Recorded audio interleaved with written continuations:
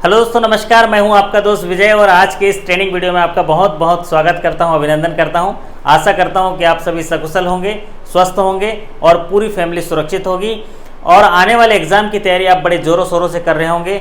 मुझे विश्वास है कि आने वाले एग्जाम में आप जरूर सफल होंगे क्योंकि आपकी तैयारी उम्दा चल रही है। तो आज के वीडियो में हम चर्चा करेंगे इंटरनल बैंकिंग के वो पार्ट जिनमें जो है क्वेश्चन आते हैं और जनरल बैंकिंग की बहुत सारी बातें हो चुकी हैं कौन से टॉपिक में, और एक स्ट्रक्चर है कि ट्रेंड्स भी पता है अपने को किस किस टॉपिक पे आते हैं जो पिछले वीडियोस में, और लगातार हम लोग ये सीखते आ रहे हैं कि जो यूनिवर्सल बैंकिंग है, जो जनरल बैंकिंग है, उसमें कौन कौन से टॉपिक जो है आते हैं और उसकी तैयारी भी आप अच्छे तरीके से कर रहे हैं, उनके मॉक टेस्ट भी अच्छे तरीके से कर रहे हैं। एक पार्ट जो है वो इंटरनल बैंकिंग का, भले ही आप बैंक में काम करते हैं, रोज़ाना काम करते हैं, लेकिन उनमें से सवाल जो आने होते हैं वो उनके बारे में थोड़ी स्ट्रेटजी होनी चाहिए, कौन से ट्रेंड्स का पता होना चाहिए कि किस पार्ट से सवाल आते हैं, पिछले सालों से किस किस टॉपिक पे सवाल आ रहे हैं। अगर ये बात आपको पता चल जाए तो आपकी तैयारी और अच्छी हो सकती है, क्योंकि देखिए जब 100 क्वेश्चन की बात आती है तो उसमें 60 क्वेश्चन तो जो होते हैं जनरल बैंकिंग, यूनिवर्सल बैंकिंग पे आते हैं, लेकिन जो 30 to 40 क्वेश्चन आते हैं वो इंटरनल बैंकिंग के आते हैं। तो यहाँ पर हम बात करेंगे इंटरनल बैंकिंग में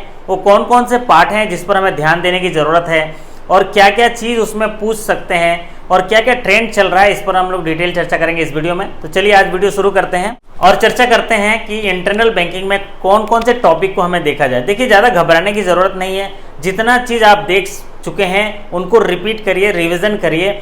नया चीज़ में ज़्यादा फोकस करना नहीं है, लेकिन सरल तरीके से अगर मैं ये टॉपिक पे चर्चा कर रहे हैं, इसको अगर सरल तरीके से आप देख लिए, अगर इंटरनल बैंकिंग के इस टॉपिक को आप देख लेंगे सरल तरीके से, तो आपका जो इंटरनल बैंकिंग का हिस्सा है वो भी बढ़िया बन जाएगा।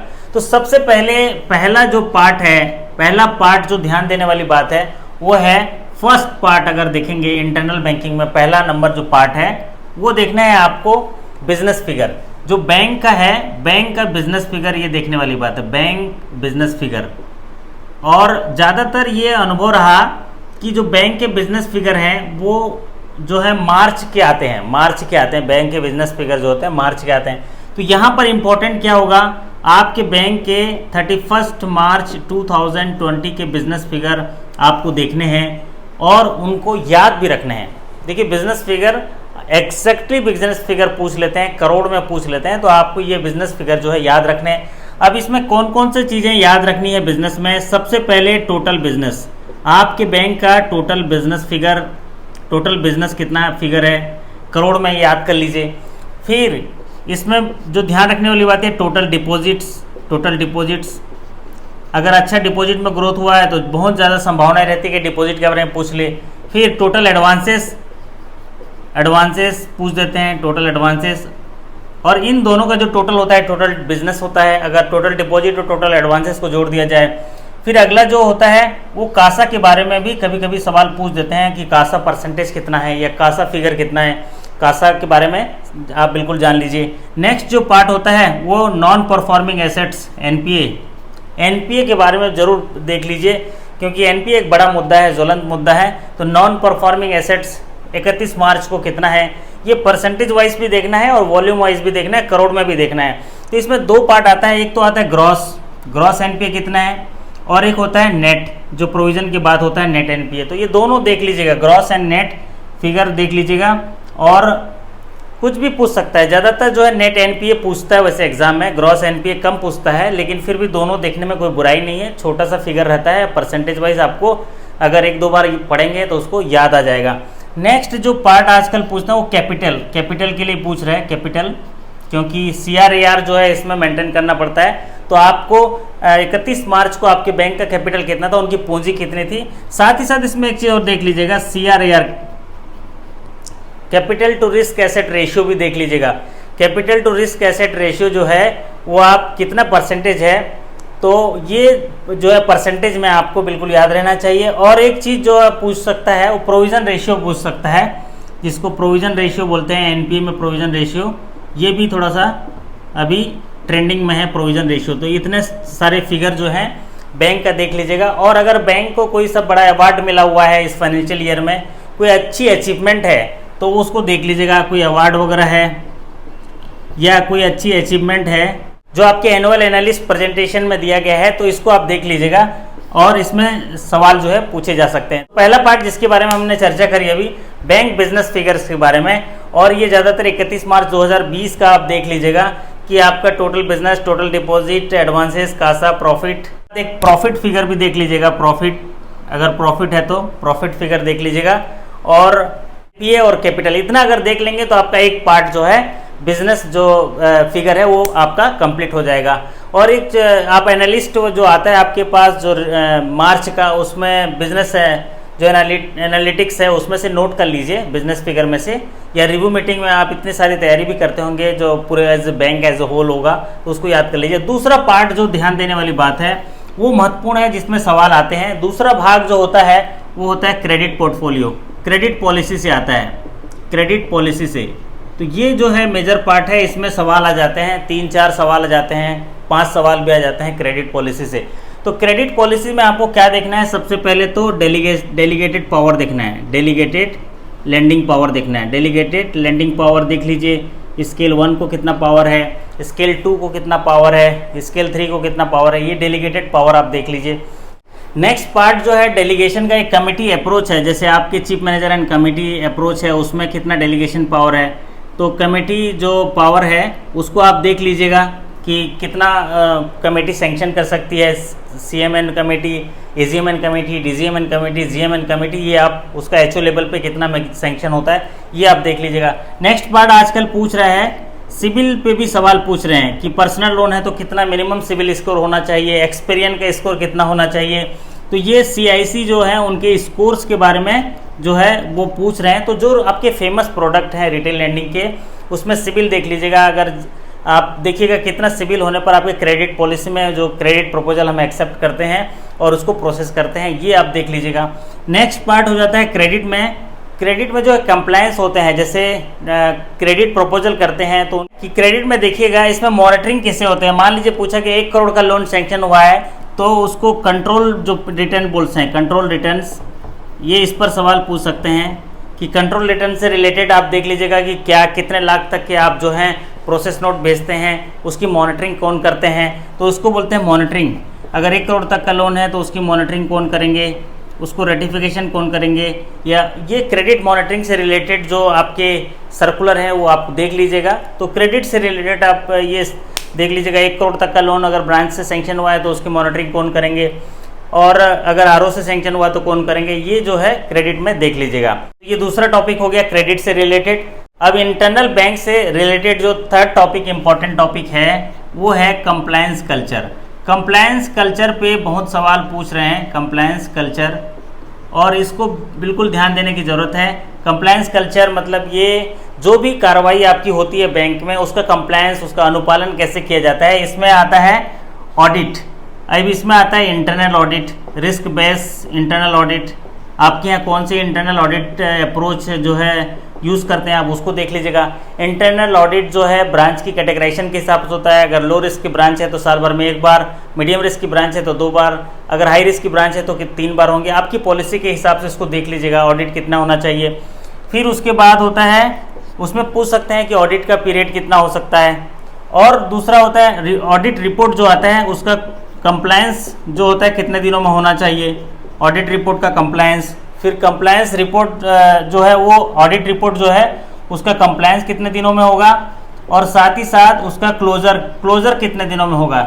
ये बिल्कुल आप स्ट्रक्चर इसका देख लीजिएगा। अगर कोई इंटरनल ऑडिट है तो आपके ऑडिट पॉलिसी में देख लीजिएगा कितने दिन में रिपोर्ट आती है, तो रिपोर्ट मिलने के बाद कितने दिनों में कंप्लायंस होकर वो क्लोजर सर्टिफिकेट जो है सबमिट करना होता है। ठीक उसी तरह कॉन्करेंट ऑडिट देख लीजिएगा। आपके यहाँ कॉन्करेंट ऑडिट कौन सी ब्रांच में हो गए, वहाँ की क्रेडिट कितना होना चाहिए, क्रेडिट कितने करोड़ से है तो कॉन्करेंट ऑडिट होगा। अगर कॉन्करेंट ऑडिट की रिपोर्ट आती है तो उसका कंप्लायंस कितने दिन में होना चाहिए, उसका क्लोजर कितने दिन में होना चाहिए। ठीक उसी तरह देख लीजिएगा स्टेचुटरी ऑडिट जो है वो जो ऑडिटर कराते हैं तो आप वो कितने दिनों में क्लोज होता है। स्टेचुटरी ऑडिट जो होते हैं जो साल भर में क्लोजिंग के समय स्टेचुटरी ऑडिट होते हैं तो उसके कंप्लायंस जो है कितने दिनों में होते हैं, उनके क्लोजर कितने दिनों में होते हैं। साथ ही साथ कोई आरबीआई का इंस्पेक्शन हो गया आपके यहाँ तो उसके क्लोजर कैसे होने चाहिए, आरबीआई के इंस्पेक्शन जो होते हैं। फिर कंप्लायंस कल्चर में एक बात आता है जो डिस्पोजल ऑफ लोन्स हैं, डिस्पोजल्स ये कस्टमर सर्विस में आते हैं। डिस्पोजल्स ऑफ लोन देख लीजिएगा, कितने दिनों में जो है ये लोन जो है डिस्पोज ऑफ करने हैं और कौन रिजेक्ट कर सकता है कि नहीं कर सकता है। ये क्रेडिट का भी पार्ट है, आप उसको देख लीजिएगा। फिर आरबीआई इंस्पेक्शन के साथ साथ ब्रांच इंस्पेक्शन के लिए भी सवाल आते हैं कि ब्रांच का जो इंस्पेक्शन है, अगर वो इंस्पेक्शन हुआ तो इसमें कितने दिनों में क्लोजर होनी चाहिए। ब्रांच इंस्पेक्शन जो है वो क्वार्टरली होते हैं और क्वार्टरली होते हैं तो उसके क्लोजर कितने दिनों में होना चाहिए, देख लीजिएगा। साथ ही साथ जो कंप्लायंस कल्चर में देखा जाता है, अगर लोन जो है आरओ से सेंक्शन हुआ है तो उसका कंप्लायंस कितने दिन में भेजना है, और लोन का कंप्लायंस होता है, लोन कंप्लायंस। साथ ही साथ ऑडिट कंप्लायंस होता है, ऑडिट में कंप्लायंस किए तो कंप्लायंस ऑडिट भी होता है, तो इसके बारे में देख लीजिएगा। कंप्लायंस ऑडिट जो है कितने दिनों में सबमिट करना है, और कंप्लायंस ऑडिट में फिर इसमें अकाउंटेबिलिटी आती है। तो ये पार्ट आप देख लीजिएगा। कंप्लायंस कल्चर में इसमें काफ़ी सवाल पूछ रहे हैं, ग्रामीण बैंक में भी पूछ रहे हैं और नेशनलाइज बैंकों में भी ये काफ़ी इंपॉर्टेंट है। तो इसको ज़रा ध्यान से एक बार अपने पॉलिसी के हिसाब से नोट कर लीजिएगा बुलेट पॉइंट, और बिल्कुल इसको लिख के रख लीजिएगा कि कितने दिन में ये रिपोर्ट आती है और कितने दिन में इनका क्लोजर होता है। चलिए अब बात करते हैं अगले महत्वपूर्ण टॉपिक पर। नेक्स्ट है रिकवरी का। जो रिकवरी पॉलिसी है आपके यहाँ, उसके लिए देख लीजिएगा। रिकवरी पॉलिसी में ज़्यादातर जो है वो अभी ओटीएस से रिलेटेड सवाल आ सकते हैं। वन टाइम सेटलमेंट है, उसमें सेक्रीफाइस परसेंटेज किसका है, डेलीगेशन पावर कितना है, सैंक्शनिंग अथॉरिटी कौन से होते हैं, सैंक्शनिंग अथॉरिटी क्या होते हैं, ये स्कीम जो आपके बैंक में चल रहे हैं उनके सैंक्शनिंग अथॉरिटी कौन से हैं और उनमें सेक्रीफाइस पावर क्या है, ये आप देख लीजिएगा।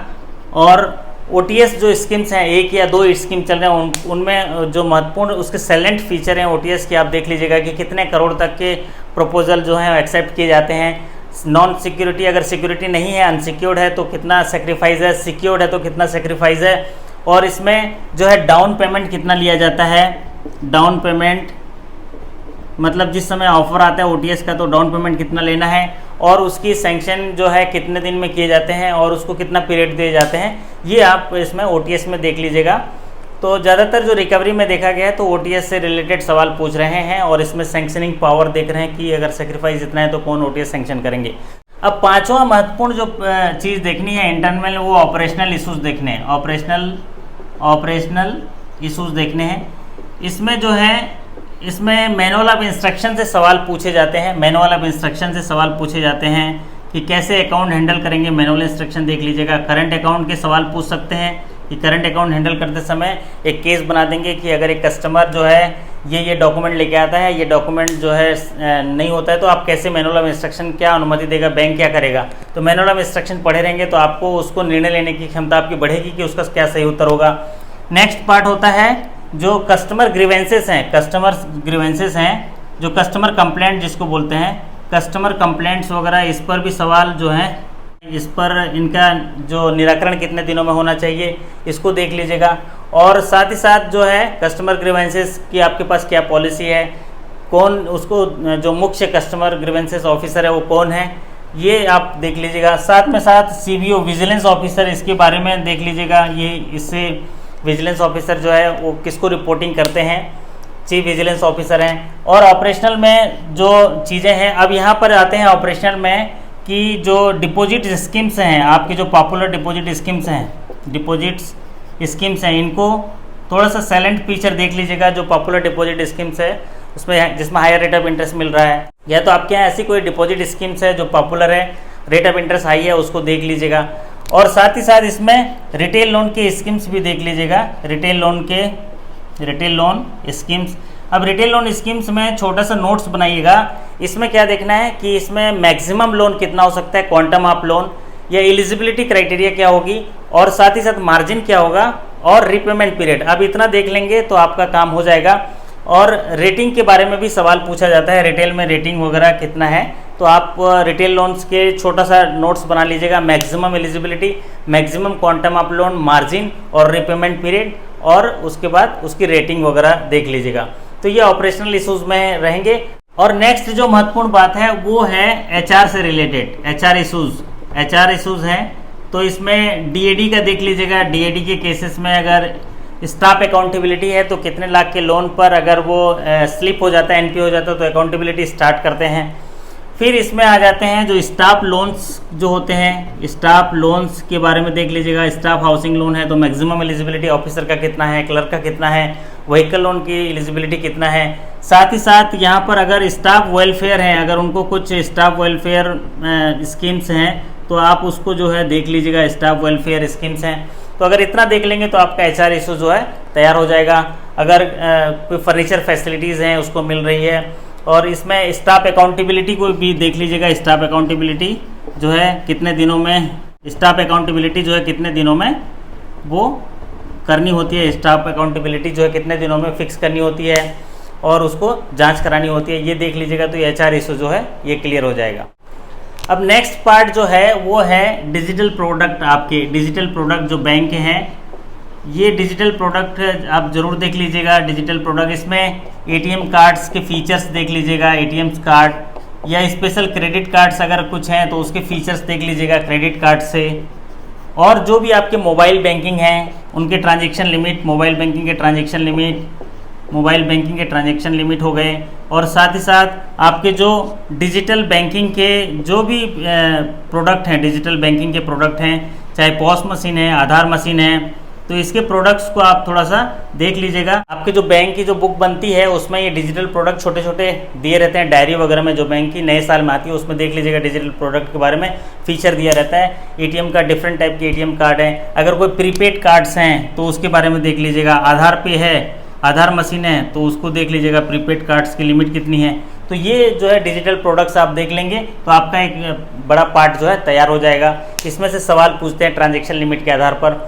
फिर अगली महत्वपूर्ण बात है जो इंटरनल बैंकिंग में देखना है वो कैंपेन है। अगर कैंपेन चलाए हैं बैंक ने तो आप उसको देख लीजिएगा। कैंपेन अगर कोई चले हैं या कोई बैंक के अचीवमेंट्स हैं और ये कोई स्पेशल कैंपेन है जो डिराइव चल रहा है, तो चाहे वो डिपॉजिट का हो, चाहे कैंपेन है या कॉरपोरेट गोल हैं, तो इनको देख लीजिएगा। कॉरपोरेट गोल पूछ देते हैं कि कॉरपोरेट गोल कितना है, या कोई आपके यहाँ कोई अभियान चला हुआ है ना, कोई मेला वगैरह किए हुए हैं फेमस जो बड़े लेवल पर हैं, या कोई अवार्ड्स वगैरह की बात हुई है, अगर ये देख लीजिएगा अवार्ड्स वगैरह मिले हुए हैं, है ना, पीकॉक अवार्ड्स मिले हुए हैं, तो आप इसको देख लीजिएगा कैंपेन में। तो ये आपका काफ़ी कुछ जो है तैयारी हो जाएगी।